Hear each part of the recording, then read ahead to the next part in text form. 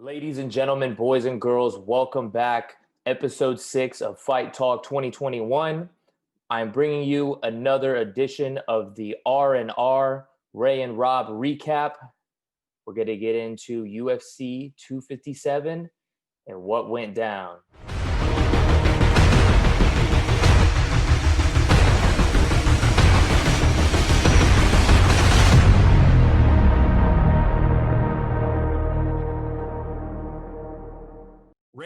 Raymond. We haven't spoke since the fight, so I know you're devastated.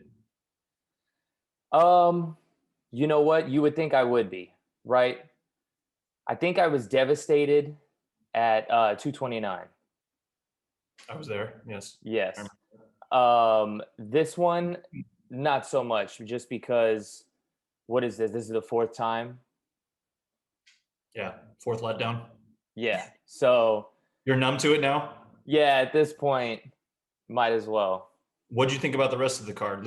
So obviously we're going to focus on the co-main and main, but did you almost fall asleep as many times as I did during the event? Go. Okay, so this is what I want to do. Let's talk about this real quick. Then let's go into main event and then co-main. Cool. So no, I didn't, because I had people over. I was preparing food. I was grilling chicken legs. I had other things, other distractions. I watched the He-Boss fight. That was pretty good. That kind of, wet our lips for what was coming. Well, yeah, that's 2 weekends in a row that two young up-and-comers got knocked out, isn't it? Or maybe not 2 weekends, because I think that what's his name got knocked out on Wednesday.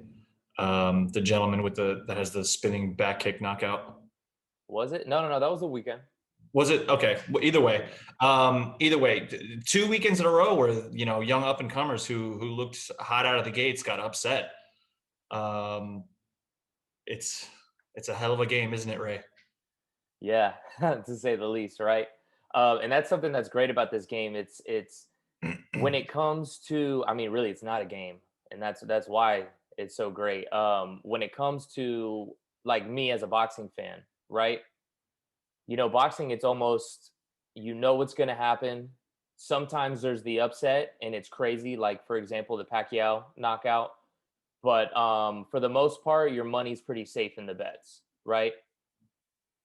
With mixed martial arts, it's just really anything can happen. And that's why people ask me that. So many people, you got money on this fight? How much money you got on this fight? You got money on this fight? I said, I don't bet. I hardly ever, rarely bet. If anything, it's like a $10 flat bet with one of my buddies right there, because anything can happen. There's too many variables, isn't there? Yeah, absolutely. Too many ways to lose. Yeah. It's like infinite almost, right? So that being said, let's get into what went down, right? So Rob, go ahead real quick. Give yourself, what was your analysis? What was your reaction of the McGregor fight? Yes. So I thought that McGregor. Wait, you mean the Dustin Poirier fight? You're right. I apologize. The Dustin Poirier fight. Sorry, folks.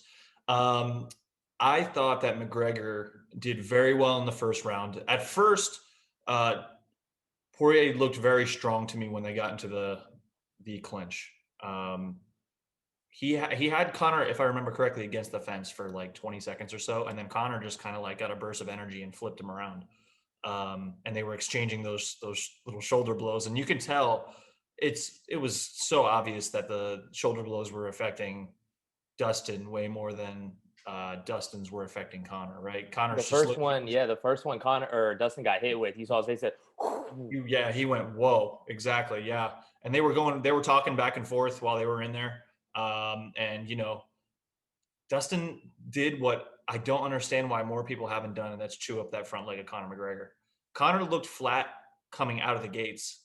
I had mentioned to Ben while we were watching it, our good friend Ben, that he wasn't really moving around as much as he normally does. He didn't have that Taekwondo kind of hop to his step that he normally did. He was flat on his feet.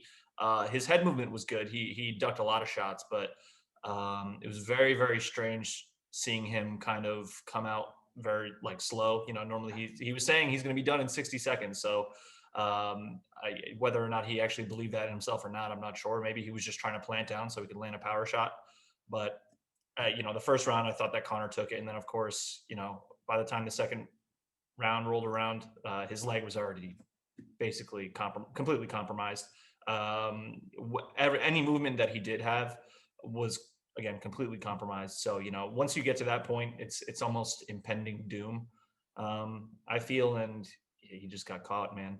If you watch the replay too, the way that Dustin hit him with that big right hand, that it was maybe like the third to last punch or whatever it is before the ref came in. It hit him square in the face. Like it wasn't like a clipping shot or anything, or like top and back of the ear. It was a punch right into his jaw, and he just kind Perfectly of square. perfectly square, and he just went out. And it happens. Yeah. So I'm glad that you brought up the hop around Taekwondo style, right? Because Conor McGregor came out, and when we talk about variables, right, there was a few variables that I think came together for his demise in this fight, and one of those was the style change, right? You know the old saying, if it ain't broke, don't fix it, right? Why would you switch up your style into a heavy boxing style when you were so successful with your previous style and you finished them so quickly? I have an answer to that, but before I get into it, I want to go deeper a little bit into that boxing style, right? When it came to the lead up of the media, right? I watched almost everything. If there's anything that escaped me, I'd be surprised. But there was one thing in particular that I thought was strange that Connor had mentioned, and it was talking about him working with his old boxing coach and talking about the boxing, right? Because he had mentioned something about my feet are so connected. I feel so grounded and connected to the floor in a way that I've never been. And I didn't like that because it's good when you incorporate boxing as far as your hands into mixed martial arts. But when it comes to the flat footedness in the placement of the foot, there are issues that you can have if they're exploited. And one of them is being connected to the floor, which we saw he got taken down very easily as soon as Dustin tried. And I think that was because of that coming forward with that heavy boxing stance. The head movement was good because you have that foundation and base because it allows you to pivot, right? So the head movement was there. But the other big thing when it comes to having that heavy boxing stance is that front foot is anchored on the ground and it's right there asking to be kicked. And when it when I first saw the fight, right, which the only time I haven't watched it again besides some of the highlights, the right when it was over, I thought, man, and as it was going sideways, I could tell that Connor's once Dustin started timing him, instantly I kind of thought, okay, maybe this is a little bit of ring rust, right? Then of course Connor comes out, he says, I was just inactive. It was inactivity. I think it's a little bit of that mixed with the heavy boxing style being exploited in that heavy boxing style. And for those who don't know that are listening and don't really understand what the significance of those low leg kicks are, which we've only really seen the past couple of years come out, real strongly and be a big weapon. And in the past couple of years, Connor hasn't been in the game, so he hasn't really experienced them like that. But when you get chopped up with those legs, now your movement's off. Connor's what has been one of the best at gauging distance, being able to move in and out, and now he can't do that. Another thing as well is it kind of takes away power off of that rear hand because when you throw that rear hand, that power hand, you put that weight and you anchor down on that foot. Well, now if that foot's compromised and you're wobbly and you're shaky, you're not set in a foundation on that foot, and now that left hand is going to lose some of its pop. And I think that's kind of what happened right at the end there. We saw Connor kind of stay set, he tried to throw like an uppercut at the end of his combination, right, without moving out. They call it taking a picture at the end. He got caught. He goes, pushes up against the fence, just went heavy into defense, right? He couldn't move. He couldn't. He was hesitant on firing that shot. Also goes into the leg being compromised because of that, even though typically you wouldn't think. But the shot that you brought up, the finisher, the one that landed straight, the old saying, he zigged when he should have zagged. That's right. Yeah, he did. And it was very strange watching the first round. Just seeing, I had made a comment while we were watching that Dustin looked extremely stressed. Like he looked in a borderline panic, just like with his facial expressions, seeing, realizing how strong Connor was and how, these little things inside the clinch, those elbows that Connor was landing. He clipped him a couple times with punches too. Connor clipped Dustin, and it looked like it took the wind out of Dustin a little bit in that first round, and then he just regained some energy in that second and came out full force. Yeah, I think Dustin was kind of surprised that the strength was matched, right? When it came, you saw the reversals on both sides Mhm. against the fence. Connor was able to get up from the takedown. Um, when you bring up the fact that he was stressed in that first round, I think that kind of goes into the last episode where we spoke. I don't think I was completely wrong in my pre-fight analysis of Dustin is kind of shook, you know? He's coming in with all of that, right? So he comes in with all of that, and then after that first round, he's a warrior. He's been in this, and I think after that first round settled in, he had the time to sit down on the stool. It goes, okay, I'm in this fight. You know, this is what I've been doing. I've fought the just 5 rounds against Hooker. I was in there with Khabib. I was 5 rounds Holloway. All these wars he's been in. I'm back in my element, right? This is familiar to me. I have nothing to be worried about. And then that's where he kind of started getting his groove. He was able to start landing those leg kicks more frequently. He started being able to time Connor. That's where he said, "Ah, I gotcha." And then once that leg was done, that's all she wrote. Yeah, it was pretty straightforward. There was no controversy about it. It was black and white as far as I go. And that kind of leads into the co-main that we had, being because Connor had that leg kicked so brutally, and Michael Chandler had that happen to him a couple years ago where he had the drop foot and he ended up getting TKO'd from that drop foot. Yeah, the Brent Primus, he lost his belt. The controversy with that was he had the same thing. If you've seen, like with Henry Cejudo had it. I guess Sean O'Malley was the same thing with the nerve. But they had kind of taken the stool out from him when he tried to sit, and then the ref thought it, and and it took him a while to get that fight again. But anyways, that was one of the things I was worried about. The only success I thought Dan Hooker had was he kicked that leg a couple times. And when he He kicked did, that yeah. leg, I was like, "Oh man, is it gonna happen again?" But other than that, I thought when we talk about being shook, I mean, I don't want to disrespect Dan Hooker, but for him being one of the best strikers in the division, coming from one of the best striking camps in all of mixed martial arts right now, it looked like he was afraid to throw.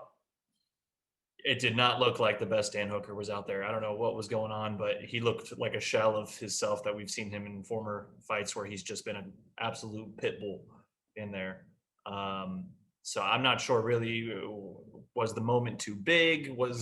He didn't want to be the guy to lose against a Bellator guy? I don't know. Or maybe Michael Chandler's that good. There's also that possibility. Yeah, let me tell you, I was telling everybody that I was with on Saturday that didn't really understand who Michael Chandler was or the kind of the complexity of the sport. I have been waiting years for Michael Chandler to make that walk. Michael Chandler was one of the only reasons I even cared at all about Bellator, right? And besides it being, entertaining because of the fights, there's only a few names in there. Michael Chandler was at the top of those names in Bellator. And I would just watch his interviews, listen to him speak, follow him on Instagram, all of that, and just think, man, I can't wait. Hopefully one day he signs. And then once he did sign, I was a little worried because that's a tough fight against Dan Hooker. But I'll tell you one thing, for him, the when he walks in and is shredded, or when he weighs in and is shredded, to him on fight night, I mean, for being ripped, he looked thick.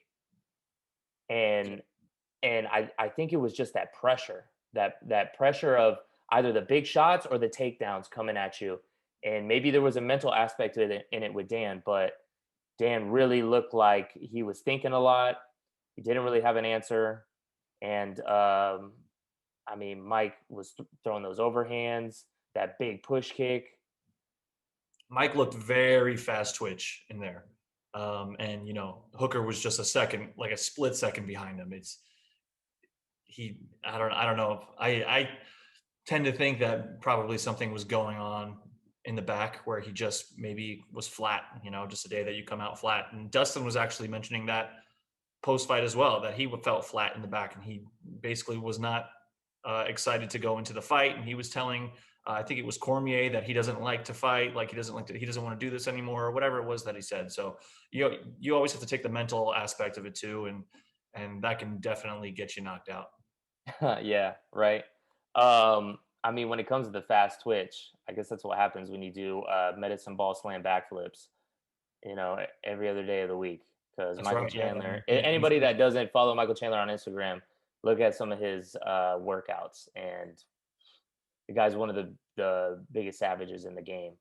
But all of that being said, actually, before I move forward, I want to say, when you asked if I'm devastated, one of the reasons why I'm not is because I'm so proud of Michael Chandler, right? So at least there was a positive that came out of Saturday night, right?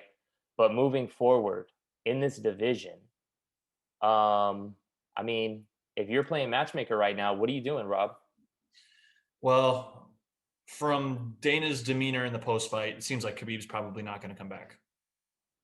I think that let's start with the losers.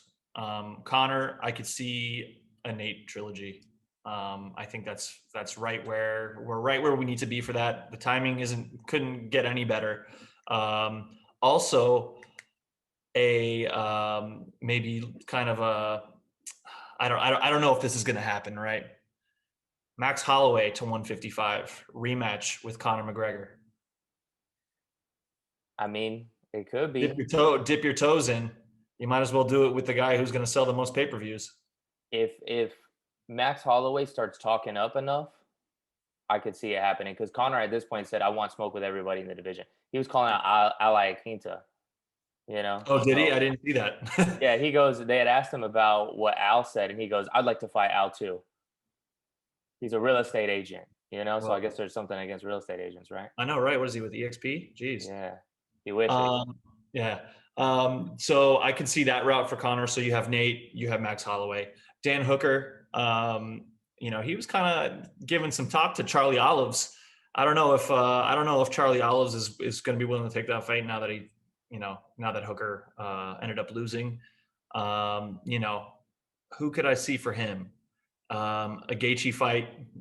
That's always fun. Two dogs.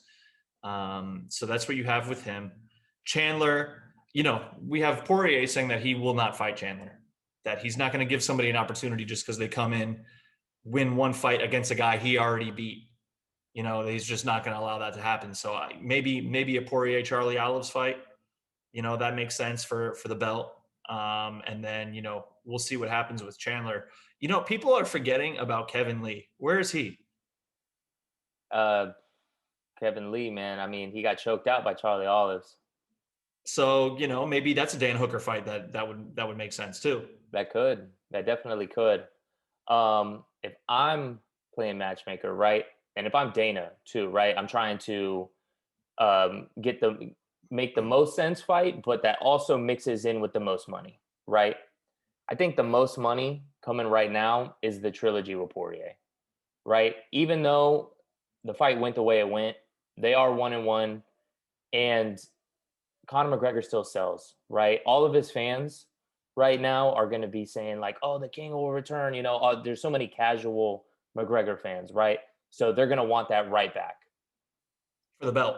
Yeah, and I mean, I don't know because there's going to be a lot of people that say, "Oh, McGregor just got knocked out." Even if he does beat Poirier, then he's the champion. So at the same time, I don't think that Khabib has to make a decision right now. Everyone's trying to Khabib make the decision right now. For the past 2 years, he's fought once a year, right? And I would argue that you didn't even have to do the interim titles in between. I thought those were just selling points for the UFC to sell title fights. I think for the Khabib fight, and especially right now where nobody's really the number one guy, I guess besides Poirier, even though he already lost to Khabib. I think Khabib can really. When was that fight? October? I think he can sit out until October if he wanted to, without really holding up the division because there's so much going on in the division that I think that division needs to sort itself out. Well, my issue with that, and it's a fair point, but my issue with that is that Chandler and Poirier came out unscathed out of those fights. So they're going to probably look to turn around here pretty soon. I think that we can both agree that Poirier deserves a title shot. Would you say that's accurate? If it's not against Khabib, If it's not against Khabib, he deserves a title shot. So if it is against if Khabib, you don't think he deserves a chance against Khabib? I think he probably deserves the chance against Khabib. If I'm Khabib, I'm not doing it. Gotcha. Okay, that's a fair point. Yeah, Uh, because what is there? He almost got the guillotine. He almost sunk it in, and he did land a couple good shots. Other than that, he got choked. Yeah. We know Dana White's an impatient guy, and I think that he's waiting for a yes or no from Khabib. And just his demeanor at the post fight was that it's going to be a no. And I think that, title fights are the ones that make money. Those are the pay per view fights.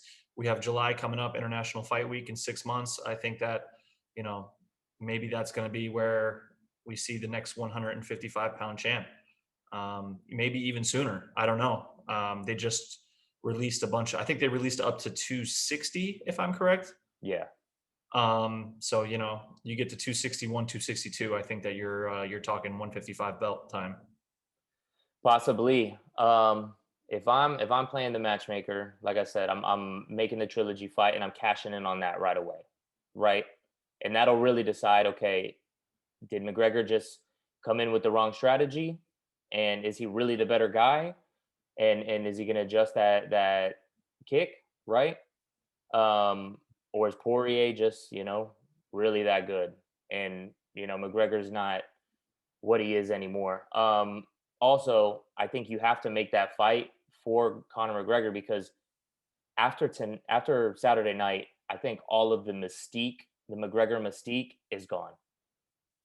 The whole, oh, if he lands that left hand, oh, he could beat. People were talking about he might be welterweight champ one day, blah blah. Just all sorts of crazy things. I think the Manny Pacquiao fight is out the window.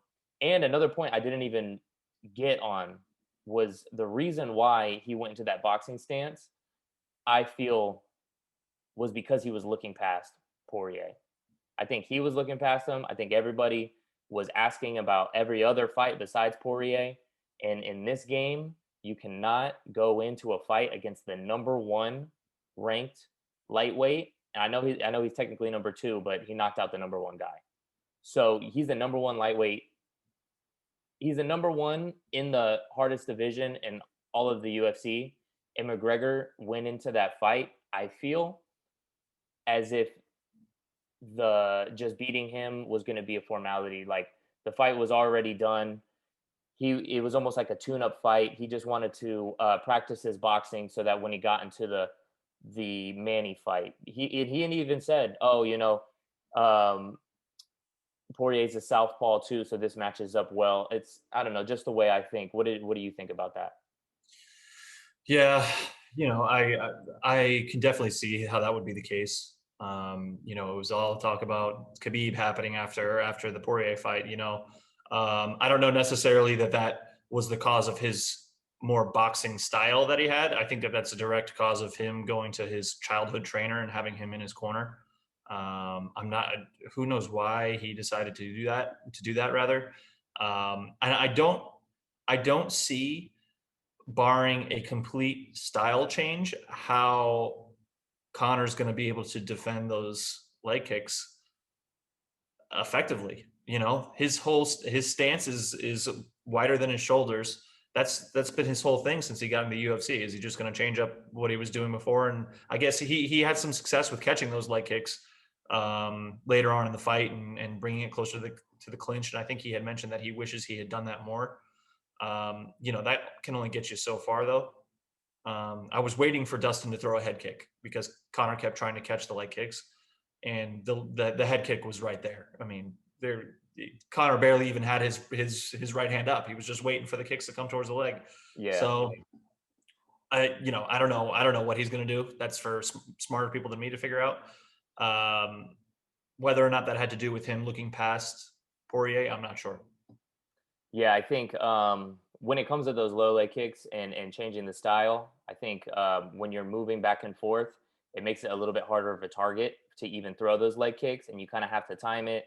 And then if you try to time it while that left hand's coming down the pipe, it's a little bit harder of a game to play that low leg kick when it's not sitting there with a nail drilled into the floor like Connor was doing with that boxing stance. But bouncing a little back and forth here, back to what I was saying before about the matchups for Michael Chandler. I think Michael Chandler has a point as far as stylistic matchups against Khabib. When you're looking about, because at this point it's with Khabib, it's not really who deserves it; it's who has a chance to beat him, right? We've seen Gaethje try it, no success. McGregor, no success. Poirier, no success. We can't just throw Poirier back in there. You could have tried to throw McGregor and then make the narrative of, oh, he wasn't motivated, McGregor, right? And the left hand might land. The mystique is gone. I don't think that fight's never going to happen now. I think it's either Charlie Olives and or Michael Chandler, because you have to have that solid striking and you have to be able to keep up at least in the wrestling and the takedown defense. And I think both Charlie Olives and Michael Chandler will be able to do it. Charlie Olives' stand-up's been looking really good lately, and Michael Chandler's just got huge power in both hands and is so explosive. And I mean, and you saw how thick he looked, man. Like he looked like a tank. So if Khabib was to fight in October, I would put Charlie Olives versus Michael Chandler, right? And then say, the winner gets the chance to fight Khabib. Dustin Poirier, you get Red Panty Night Part 2. Don't complain about it. And then, you know, if Khabib doesn't come back, then now you got your new lightweight tournament. Yeah. No, I agree with that. Of course, Charlie Olives isn't going to be the big pay-per-view seller, but when has Khabib ever cared about how many pay-per-views he sells? He's not that guy anyway. So, of course, Dana would probably be a little hesitant for a fight like that. But there's been crazier things that have happened in the past. I mean, Jan Blachowicz is the 205 champ, and we haven't heard a word from him in the last year. I know So I think the fight of, obviously the person that's going to sell that fight is Stylebender, right? yep. Yeah, and who even knows how much more it's going to sell, being for what it is, the magnitude of what the fight is. I don't know if it's going to really translate in the numbers because you have somebody like Jan across from you who isn't going to really sell it. I don't see it selling pay-per-views of a champ fight. Exactly. You Right. know, Exactly. So, yeah, that being said, I mean, we'll see how this plays out. We'll see, how the division plays out, what announcements come shortly. Other than that, do you have any other final thoughts? Anything we didn't touch up on? look, it's the best time to be a UFC fan right now. Mixed martial arts in general, but specifically the UFC, of course. We're going to talk about the big boys and girls. So, I'm just excited for what we have here in the next couple of months. And everybody, if you're enjoying what we're doing, we appreciate it, and we're going to keep putting out more content and reviewing some fights and doing some pre-fight stuff too. Absolutely. And that one more thing that I have to say is, I actually did get some feedback on our last episode. People were saying like, "Oh man, your boy really knows what he's talking about with you." And I said, "Yeah, I know, man. I've been talking fights with this guy for like 10 years now." Oh But yeah. That being said, for people that are listening to us that maybe not really that familiar with the sport, but are starting to get into it, especially after last year with it being the only sport around, and getting those new eyes and trusting us kind of as the guys who can feed you this information. If there's one thing I got to tell you guys, it's don't go into this sport with the same enthusiasm that you have for like NFL, NBA, and whatnot. That die hard. Oh, like this is my guy. Blah blah blah. You will be let down. You will be, you know, like what you said. Am I devastated? No, you have to take the emotion out of it at this point. For the listeners, Ray is speaking from firsthand experience. Yeah, absolutely. Absolutely. Now, if Canelo loses, you might not see me for a while. You Right. know. But Yeah. that being said, that's kind of the way it is. It actually reminded me the other night when I was talking to some people about this. We were also talking about stocks, right? And it reminded me of the stock game where people will be quick to judge, quick to talk shit, quick to say this and that and blah blah blah. And it reminded me of the stock world because if you're worried about all of that, you shouldn't be in it, right? You got to kind of sit back, see what happens, still root it on, still cheer it on, but at the end of the day, you're still going to support.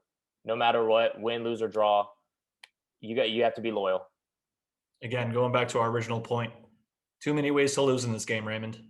Absolutely.